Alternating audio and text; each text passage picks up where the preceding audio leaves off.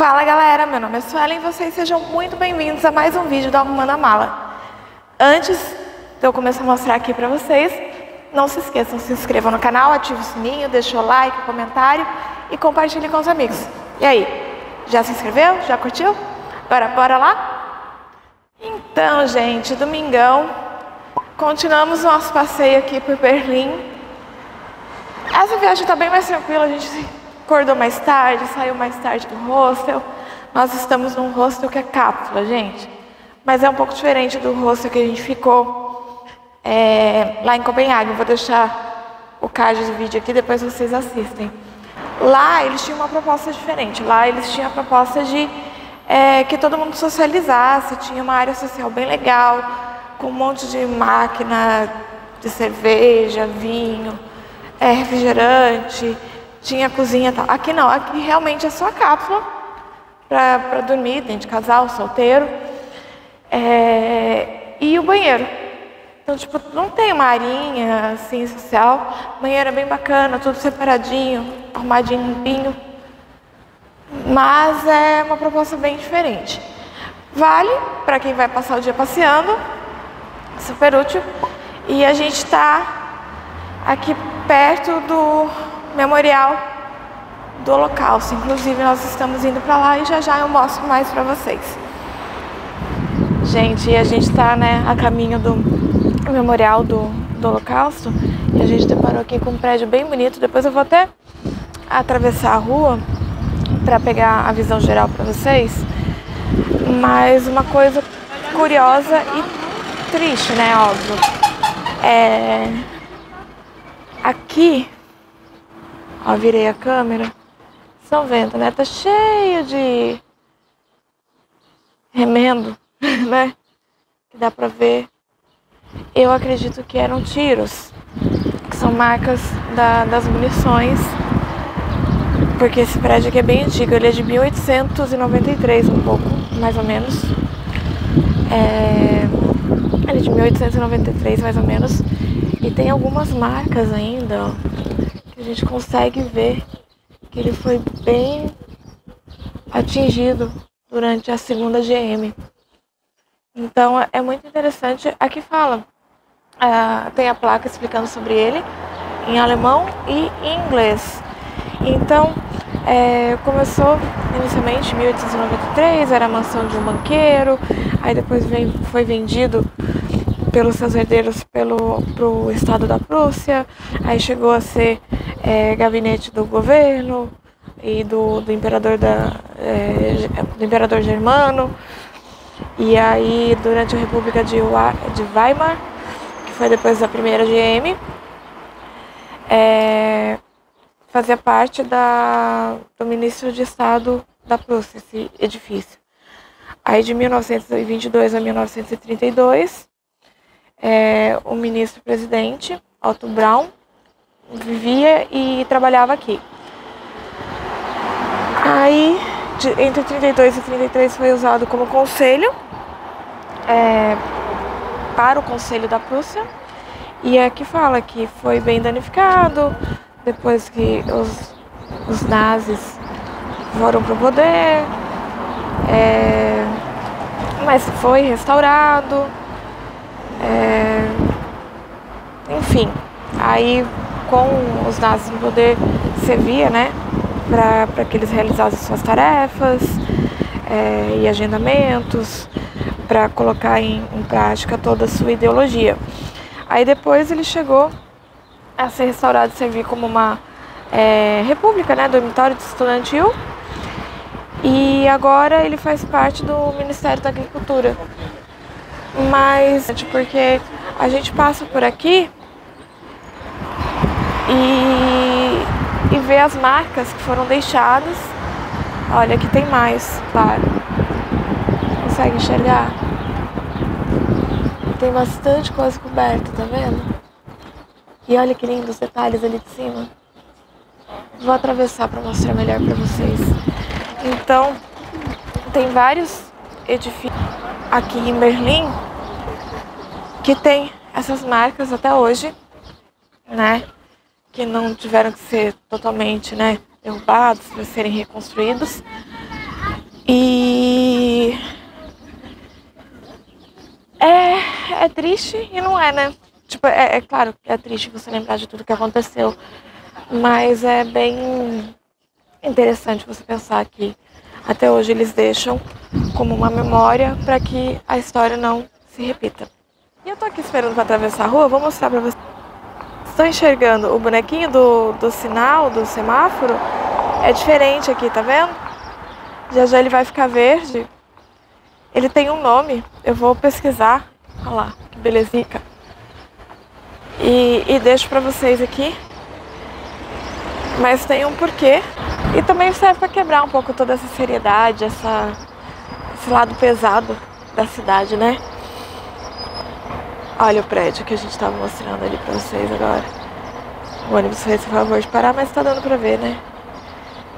E aqui vários edifícios mais modernos que foram construídos após, né? Então, ou seja, tudo que tinha aqui foi destruído, né? Mas é bem interessante. Fica a dica. E é muito gostoso, gente. A gente vê o pessoal com uma calma aqui, sabe? Pra tudo, sossego. Parece que é super seguro, que tem todas aquelas bikes, scooters elétricas que o pessoal deixa em qualquer lugar, ninguém pega. Que é pra alugar, né? É compartilhada. Então é bem interessante. Bom, e já já eu volto mostrando um pouquinho mais daqui de Berlim pra vocês. E nós já chegamos aqui no memorial. E... ai, gente, é muito estranho. Eu ouvi bastante coisa, ouvi vários podcasts, assisti alguns vídeos aqui no YouTube sobre essa época. E confesso que assistindo e ouvindo já mexeu muito comigo, sabe? E esse lado da história mundial sempre me despertou interesse, desde pequena na escola, sabe? Eu acho que eu sempre fiquei inconformada como que alguém conseguiu chegar a esse ponto e levando uma multidão seguindo seus passos, sabe? Então, eu nunca imaginei que eu estaria aqui hoje, né? E esse memorial, o artista... vou colocar aqui o artista pra vocês, que agora eu esqueço muito o nome, gente. Minha cabeça não dá pra tanto, mas a ideia dele foi deixar aberto pra interpretação de cada um. Realmente é uma homenagem a todos os judeus que que perderam suas vidas na época, né, do Holocausto aqui na Europa. E é triste. Só no campo de Auschwitz que a gente visitou, eu não sei se quando esse vídeo for pro ar, ele já vai estar no ar. Mas só lá, estima-se que eram ceifadas as vidas de 6.000 judeus por dia. Mais de 1 milhão que ele rolou, sabe? Fora os outros, né? Estima-se que mais de 6 milhões, né? Perderam suas vidas. Vou virar aqui e mostrar pra vocês.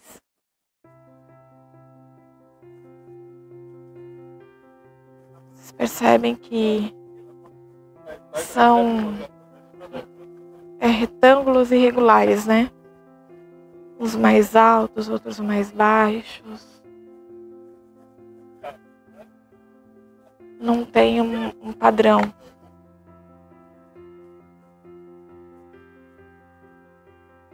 E eu quero saber a opinião de vocês, para vocês, o que representa isso aqui.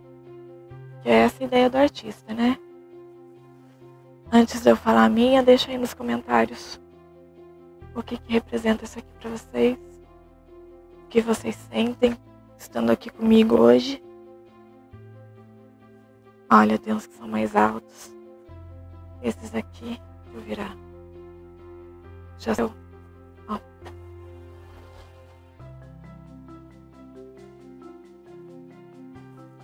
Tô cercado aqui. De ali. São enormes. São bastante. mostra como eles são todos irregulares, bem diferentes um do outro, né? Assim, mais baixo, mais fino, né? Mais grosso, maior, menor. Eu acho que mostra... São túmulos, mas mostram a diversidade das pessoas que perderam suas vidas nesse período. Não eram só os judeus, mas eles foram os mais perseguidos. Olha, esses aqui são baixinhos. Eles eram os mais perseguidos. Mas também os ciganos, os negros, os homossexuais, os deficientes físicos, deficientes mentais, com alguma deficiência, né? Então, ali tem um prédio com a bandeira dos Estados Unidos. Então é bem, eu acho que pra mim é isso que representa. A diversidade das pessoas, né? Quantas pessoas diferentes perderam suas vidas nesse período.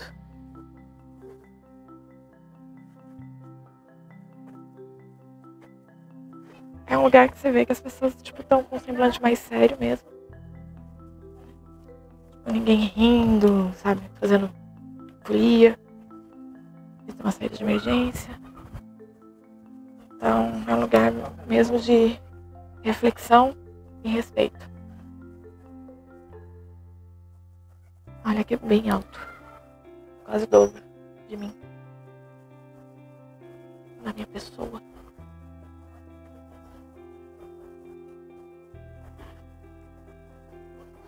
E é isso, né, gente? É muito triste. Comigo, pelo menos, mexe muito. Não sei se vocês ficam tão, né, tocados com essa parte nebulosa da história do mundo.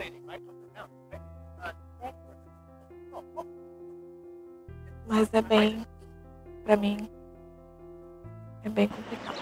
E embaixo do Memorial do Holocausto tem um museu que conta, tem a linha do tempo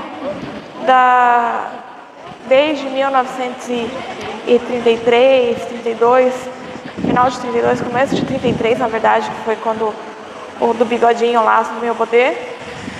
E até como que foi toda essa violência dos nazis, as famílias sendo mandadas para os campos de concentração.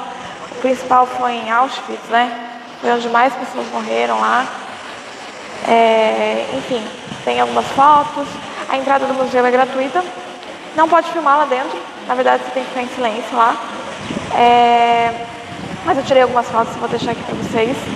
Então a entrada é gratuita e se você quiser tem um audio guide que é entre 2 e 3 euros, tá?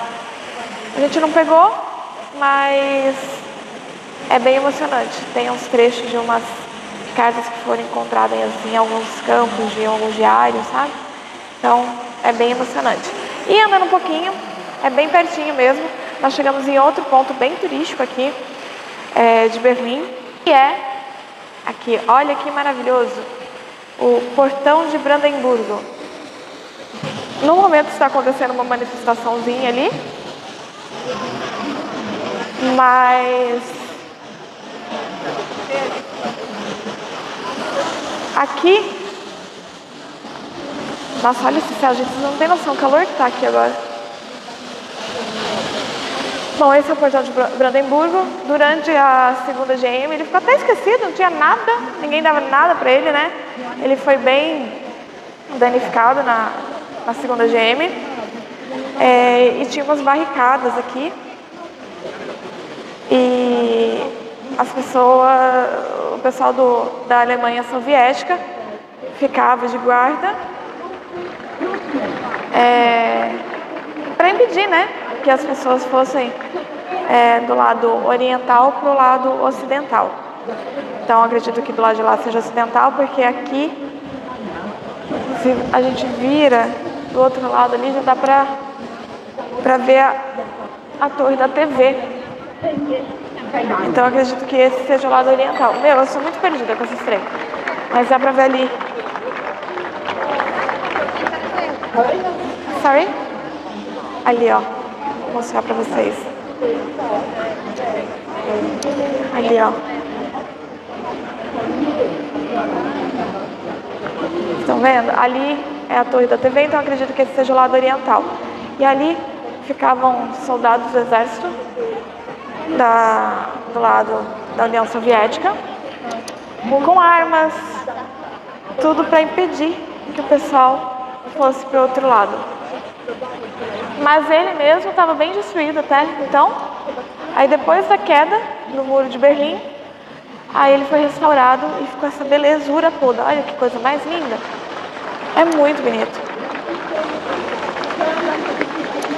Com certeza é um ponto turístico que não pode faltar no seu roteiro quando você vier a Berlim. Lindo demais. Gente, não teve jeito, tive que pôr o boné. E eu branca desse jeito, esse sol, parece um fantasma, né? Mas enfim, é o que tá tendo. A gente andou mais um pouquinho ali do portão de Brandemburgo, bem à direita dele, de quem tá de frente para ele. A gente tá aqui de frente ao prédio do Tag. Aqui, ó. Bem interessante. Hoje ele funciona. Ele é como se fosse um parlamento alemão, tá? É o prédio do poder, né? Alemão. E agora aqui não dá pra ver, eu vou ver se eu afasto daqui a pouco e mostro pra vocês. Eles têm uma cúpula de vidro. Deixa eu ver. Vou tentar mostrar aqui pra vocês. Aqui, ó. Eu afastei bem, aí dá pra ver um pedacinho ali no alto dela. Aqui. Estão vendo? É uma cúpula de vidro que hoje representa a transparência do governo alemão em relação à tratativa dos impostos, a condução das suas leis. Então, em tese, é isso que representa hoje essa cúpula. Tem visitas guiadas, tem um restaurante aí bem bacana, mas a gente não conseguiu vaga. A gente achou que tinha conseguido, mas não conseguiu. Então, hoje vamos ficar admirando só por fora. Ele é bem bonitão, também bem imponente, o prédio, lindo, lindo, lindo. A construção original dele de 1884, começou a ser construído, e terminou em 1894. Porém, ele foi reconstruído diversas vezes, né? Inclusive em 1934, porque não sei se vocês sabem, foi aqui que o do Bigodinho lá conseguiu chegar ao poder de forma legítima, depois até de ter sido preso, que ele tentou dar um golpe, o golpe foi fracassado, e aí ele tinha sido condenado a 5 anos de prisão, mas na verdade ele ficou um pouco mais de 8 meses preso. Na prisão foi um divisor de águas para ele. Ele escreveu o livro dele, Mein Kampf, e ele entendeu que não adiantava ele tentar chegar no poder através de golpe. Ele tinha que chegar de forma legítima. Então aí ele saiu e foi se dedicar ao partido neonacionalista dos trabalhadores, até então, fez o partido crescer, conseguiu a liderança do partido, até que depois da crise de 1929, né, a Alemanha teve, na verdade, 2 grandes crises, né? Uma logo depois da primeira GM, por conta das sanções impostas pelo Tratado de Versalhes à Alemanha. Então, foi um período muito difícil. Foi quando ele estava crescendo, do Bigodinho estava crescendo um pouco a popularidade, porque, na verdade, essas pessoas conseguem destaque nesses momentos de crise, né? Então, ele conseguiu, só que aí teve essa tentativa do golpe fracassado, mais ou menos nos anos 20, acho que 23, se eu não me engano. E aí ele foi preso. Aí quando ele saiu da prisão, a Alemanha estava começando a se recuperar, né? Mesmo com todas as sanções e tal. Só que aí veio a crise de 1929, que foi a queda feia que teve na Bolsa de Valores, a Sexta-feira Negra conhecida, né? Lá nos Estados Unidos, que afetou muito a Alemanha. E aí aqui ele conseguiu também maior popularidade em decorrência dessa crise, porque aí ele surgiu de novo como salvador da pátria, que ele tinha a resposta para todos os problemas da Alemanha. Ele culpava muito os judeus, né? Tanto pelo fracasso na primeira GM, quanto pela crise econômica. Então foi enraizando essa ideia na cabeça das pessoas. E aí, em 1933, o presidente, então, da Alemanha, que só tinha conseguido ser eleito porque ele concorreu e era o único que conseguia vencê-lo, mas ele já estava bem velhinho. Ele falou, o cara é popular, então eu vou ter que trazer ele para o meu governo. Então, eu vou dar o cargo de vice para ele, vice-chanceler. Mas ele não quis ser o vice. Aí tinha um conselheiro do presidente, né, da Alemanha, falando, olha, me coloca como vice, e coloca o cara como seu chanceler mesmo, porque ele não é nada, ele fala muito, pouco faz, ele é facinho de ser manipulado, a gente vai conseguir controlar ele vai ser uma marionete nas nossas mãos. Aí, mesmo meio reticente, o presidente da Alemanha aí nomeou o do bigodinho chanceler da Alemanha em 1933. Logo depois, coisa de mais ou menos um mês dele ter sido nomeado chanceler, esse prédio aqui, o hashtag, gente, eu não sei pronunciar, tá parecendo um hashtag, né, mas não é. Vou pôr o nome aqui, mas eu não sei pronunciar direito como que esse trem não. Pegou fogo. E ele culpou os comunistas e os neoliberalistas, porém, há boatos que foi o próprio partido nazista que botou fogo justamente para culpar seus opositores políticos. E aí, em decorrência desse incêndio, ele conseguiu uma manobra política, né, no parlamento, para que fosse aprovada uma lei de plenos poderes, que dava direito a ele, como chanceler, legislar sem ter que passar pela votação, né, dos outros membros daqui e nem pela sanção do presidente. Pouco depois, o presidente também morreu.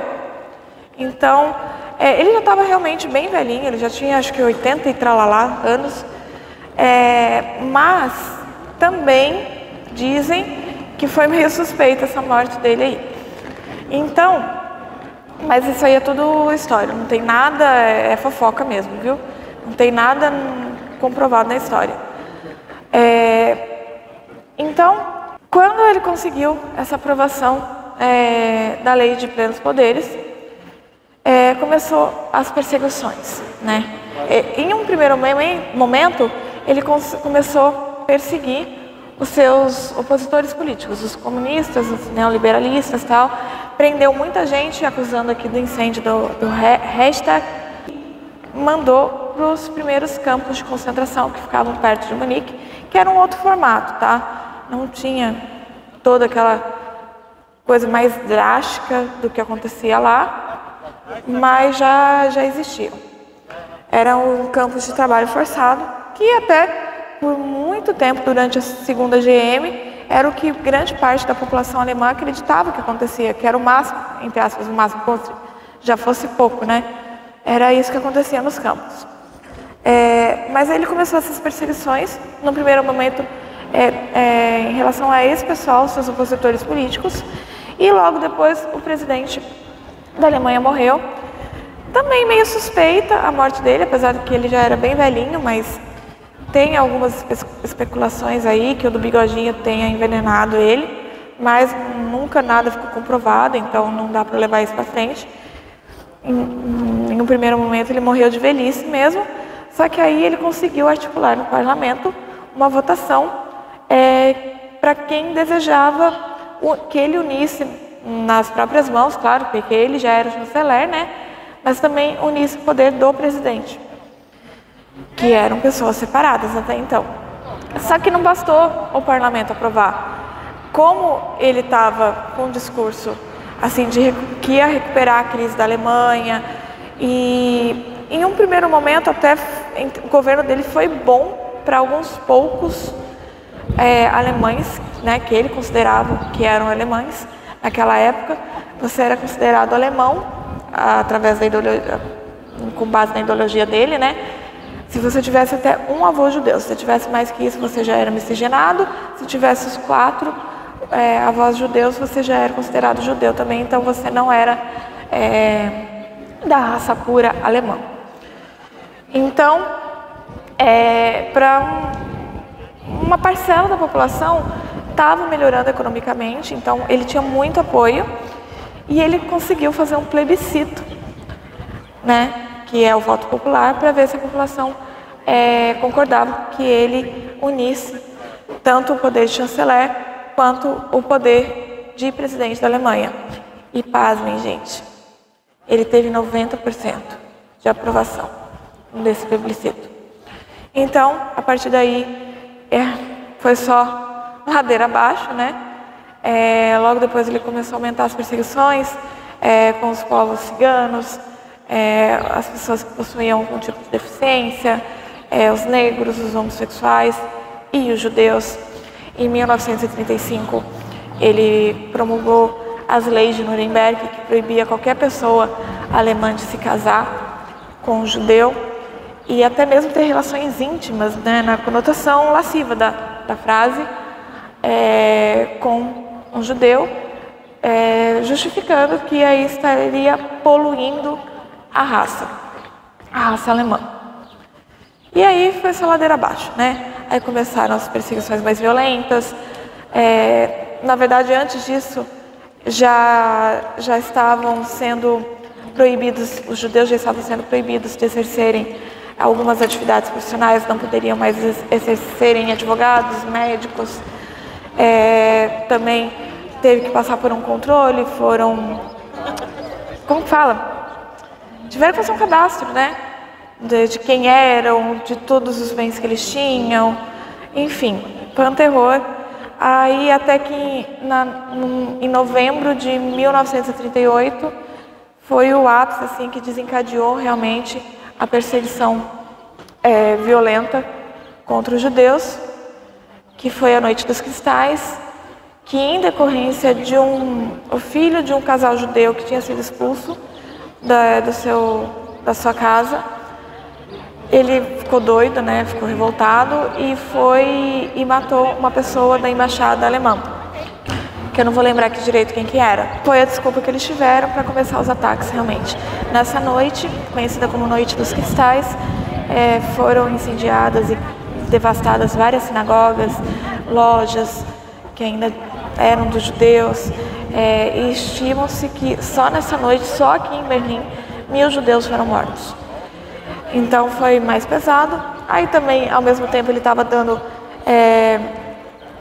ação ao plano de expansão territorial. Já tinha se unido com a Áustria, que a Áustria não se opôs muito porque era bem adepta das ideias dele. Aí tinha conquistado a parte da República Tcheca também.